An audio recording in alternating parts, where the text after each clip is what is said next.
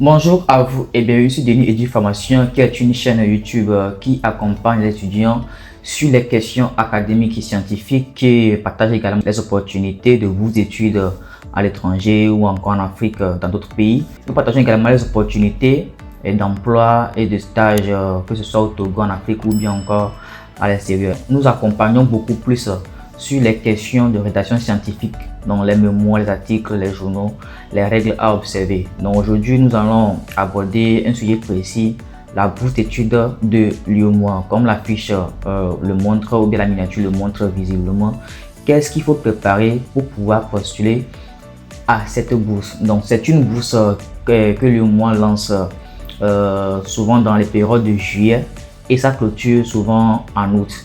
Donc c'est ce qui est fait habituellement. Je ne suis pas sûr que ça va changer cette année. Alors on va ensemble voir ce qu'on va préparer pour postuler à la bourse de l'UEMOA. Je rappelle que j'ai été lauréat à la bourse d'excellence de l'UEMOA 2023-2026.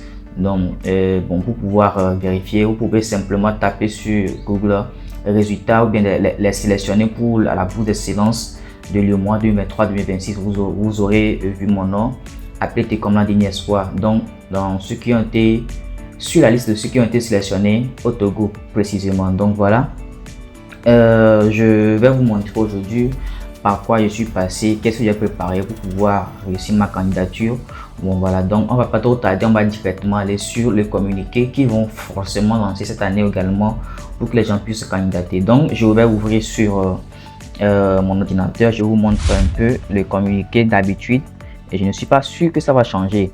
Ils vont juste changer la date en 2026-2029 cette année puis relancer les communiqués. Donc vous allez voir que souvent ça se signe en juillet. Vous allez voir que c'est le 2 juillet 2025 que pour l'année passée a été signé. Donc déjà en juillet, ils vont lancer. Aujourd'hui on est en juin, 18 juin. Donc je me dis que vous aurez le temps nécessaire de préparer les éléments nécessaires pour pouvoir candidater. Alors nous allons aborder la vidéo en plusieurs étapes. Donc la première étape, nous allons parler des conditions générales de toutes les bourses d'études. Donc de façon générale, on va aborder les questions d'admission, les questions d'éligibilité, les allocations et tout ça. Donc ça c'est la première.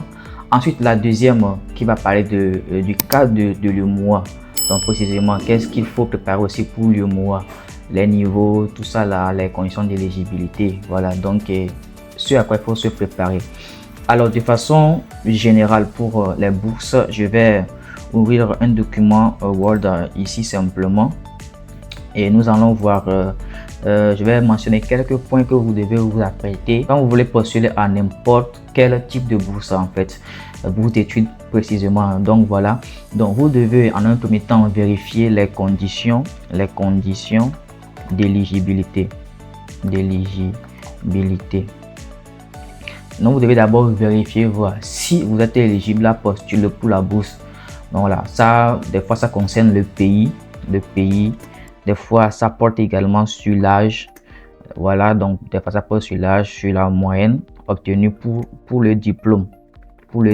Donc des fois ce sont des critères qui disqualifient. Si vous n'êtes pas éligible, vous passez à côté, sinon vous aurez perdu votre temps. À part les conditions d'éligibilité, qu'est-ce qu'il faut aussi vérifier? Bon voilà, donc il faut aussi voir si on demande, parce que forcément l'admission c'est quelque chose de très important. Donc l'admission c'est quoi? C'est juste être accepté par une université, parce que la bourse vient en fait t'appuyer financièrement. La bourse tu ne prends pas la bourse et ensuite tu vas aller chercher l'université, non. Tu es déjà dans le processus, c'est-à-dire tu as déjà l'admission et que tu as besoin de financement, c'est-à-dire tes moyens sont limités et voilà, donc tu viens chercher une bourse pour pouvoir t'accompagner financièrement. Donc c'est quelque chose à laquelle moi j'ai manqué lorsque je voulais je voulais candidater à la bourse de l'UEMOA. Je me suis pas vite apprêté et ça a failli me faire perdre la bourse. Donc c'est une condition ici que vous devez vraiment chercher à remplir avant d'aller vers les bourses. Donc les bourses viennent vous appuyer, mais vous n'allez pas avoir la bourse et maintenant aller courir vers l'université. Non, vous avez déjà l'admission et maintenant vous êtes déjà dans le processus et maintenant pour le financement vous allez chercher des bourses d'études. Donc l'admission c'est juste être accepté par une université. Donc, vous allez être déjà accepté pour une université avant d'aller vers la bourse. Donc, de façon générale, pour toute la bourse, c'est comme ça. Voilà, donc maintenant, pour les cas de l'UEMOA aussi, vous n'êtes pas épargné. Vous devez avoir une admission avant d'aller vers la bourse. Donc, après ça, vous allez vérifier peut-être les allocations, parce que c'est une partie. Les allocations, non, les allocations. Voilà, non, on parle ici de l'argent. Voilà, donc c'est quelque chose de très important aussi.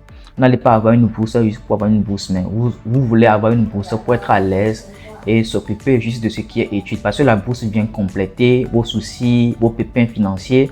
Donc vous allez vous concentrer uniquement sur les études. Donc c'est ce que vient faire la bourse. Donc il ne faut pas chercher juste une bourse parce que vous voulez étudier, non, mais chercher une bourse qui va vous permettre d'être dans des conditions quand même qui sont assez bonnes pour que vous soyez à l'aise financièrement et que vos idées seront juste focus sur les études, apprendre et puis réussir brillamment. Donc vous savez que les bourses ça vient souvent pour renforcer les excellents. Donc il faut être excellent dans les études. La bourse ne vient pas te gâter, ça te met à l'aise et pour que tu puisses bien étudier. Donc voilà ce qu'il faut vérifier. Moi pour moi, la location est très importante parce que je vise à avoir une vie tranquille et posée et ensuite me concentrer sur les études. Donc les allocations également, vous allez vérifier tout ça, les deadlines, donc c'est-à-dire les dates limites pour pouvoir envoyer vos dossiers. Vous allez vérifier tout ça, comme ça vous allez vous préparer en conséquence. Alors maintenant nous allons aborder ce qui est de l'UEMOA. La bourse, comme je l'avais dit, ça sera lancé très bientôt en juillet et ça finit en août. Donc vous allez voir que édition 2025-2028, ils vont échanger ça en 2026-2029 et vont lancer sûrement avec les mêmes communiqués. Ici ça sera pour les candidatures niveau licence. Donc ça serait maintenant être âgé de 21 ans au maximum au 31 décembre 2026. Ils vont changer 25 là en 26. Ils vont relancer le même communiqué. Et voilà, les domaines, voilà. Donc la moyenne, comme je l'avais dit, voilà, il faut avoir une moyenne de 14 sur 20 minimum en fait. Être titulaire d'un baccalauréat toutes séries confondues obtenu en 2026. Donc cette année sera 2026, pas 2025. Voilà, comme vous le lisez sur mon écran. Et ce sont les domaines qui sont concernés pour le niveau licence. Donc vous allez lire et si vous avez votre domaine dedans, vous choisissez le domaine concerné. Maintenant, pour les candidats à une bourse de formation de niveau master, voilà, il faut être âgé de 24 ans au maximum au 31 décembre 2026. Ce n'est plus 2025. Donc voilà, donc être titulaire d'un diplôme de bac plus 3. Donc vous devez avoir votre licence. Bon, même si le diplôme n'est pas là, vous n'avez pas le diplôme définitif, vous pouvez utiliser l'attestation de diplôme. Voilà, donc et puis ça remplace le diplôme en attendant que vous l'ayez. Voilà, avoir également au minimum une moyenne de 14 sur 20 au diplôme requis. Donc si vous avez votre licence, vous devez avoir une moyenne minimum de 14 sur 20. Voilà. Dans les domaines également concernés, agronomie, agroalimentaire, chimie, industrielle, voilà, santé animale, élevage, géomatique, tout ce qui va avec. Donc vous avez les domaines, vous allez voir si votre domaine est concerné ici. Là, vous êtes dans les conditions. Si vous respectez aussi les autres, là, vous êtes éligible. Il y a aussi l'expertise comptable et financière. Voilà. Donc, voilà un peu pour les conditions au niveau master. Pour le doctorat aussi, c'est là sur les sites vous allez lire ça. Voilà. Ceux qui veulent se spécialiser, les gens ayant fait les études en santé humaine, voilà, ceux qui ont fait la médecine et maintenant veulent faire une spécialisation, ils veulent se spécialiser. Voilà, être âgé de 35 ans maximum au 31 décembre 2026. Être titulaire d'un doctorat ou PhD en médecine ou en pharmacie, moyenne minimum 14 sur 20 également. Être disposé à étudier dans l'un des domaines suivants. Donc là, on impose les domaines dans lesquels vous allez étudier: cardiologie, chirurgie, orthopédie, voilà. Maintenant, vous allez voir que la date limite, c'était le 15 août 2025. Et je vous assure que, bon, sans doute, ça serait toujours le 15 août 2026 cette année. Voilà le site pour pouvoir postuler.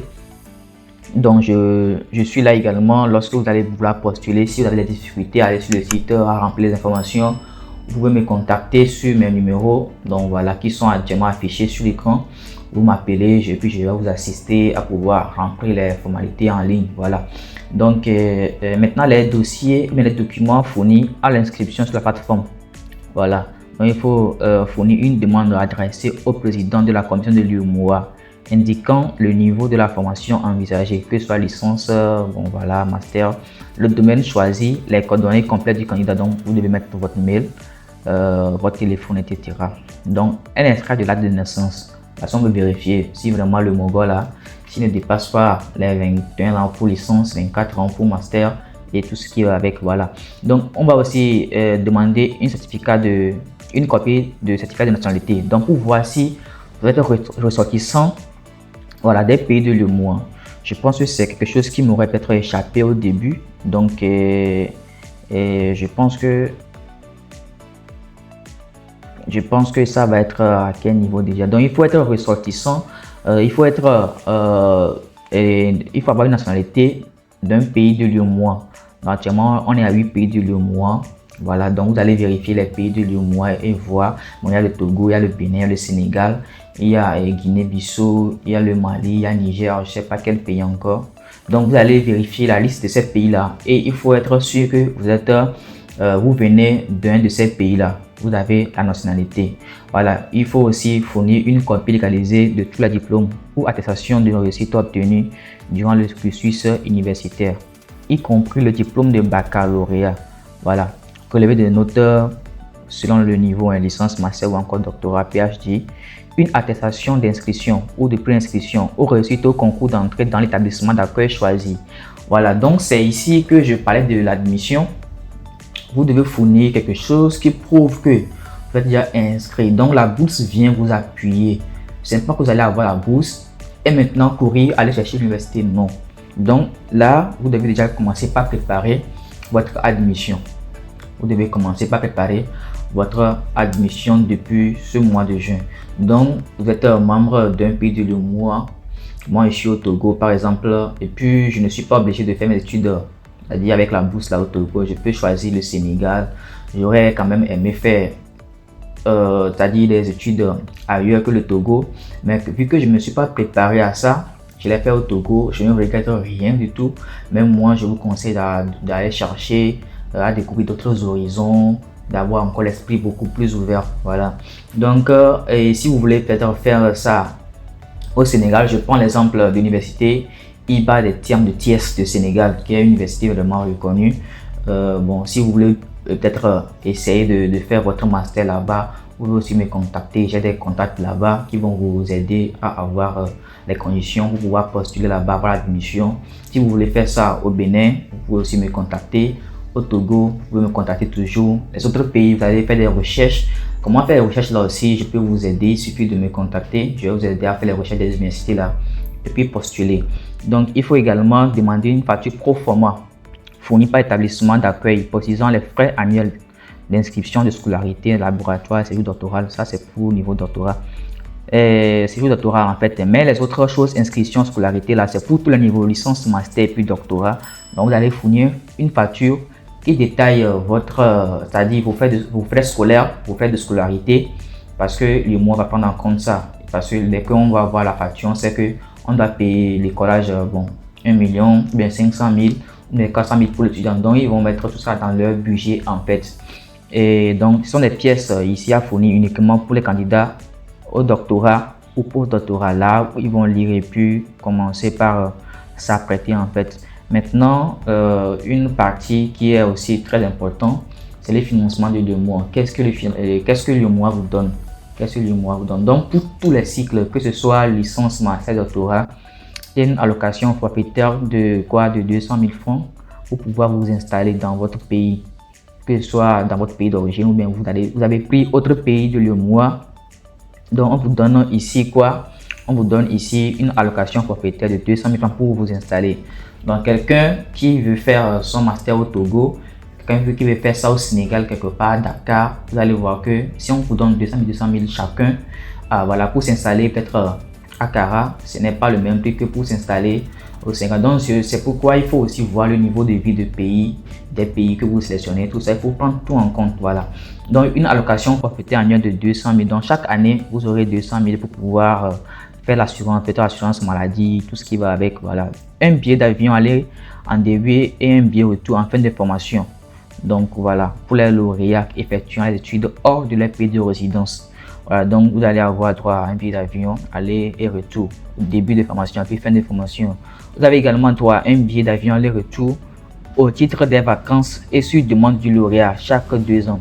Donc voilà, donc si vous voulez revenir peut-être en vacances voir votre famille, vous adressez une lettre à l'UEMOA. Si vous êtes sélectionné, vous allez adresser une lettre à la commission de l'UEMOA pour demander que vous aimeriez rentrer. Et voilà, donc si c'est possible, on vous fournit on va vous payer le billet aller-retour, vous allez faire vos vacances et puis retourner. Donc le paiement des frais de formation conformément à la facture qui sera transmise par l'établissement d'accueil. Voilà.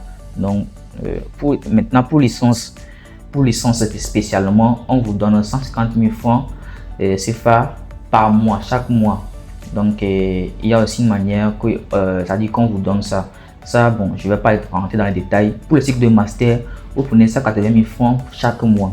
Maintenant, pour doctorat, vous prenez 200 000 francs chaque mois et au titre des frais de paillasse d'équipement, vous avez 5 millions de francs CFA également. Tout ça là, il y a quand même des procédures à suivre. Là, c'est un peu le résumé des choses qu'il faut préparer.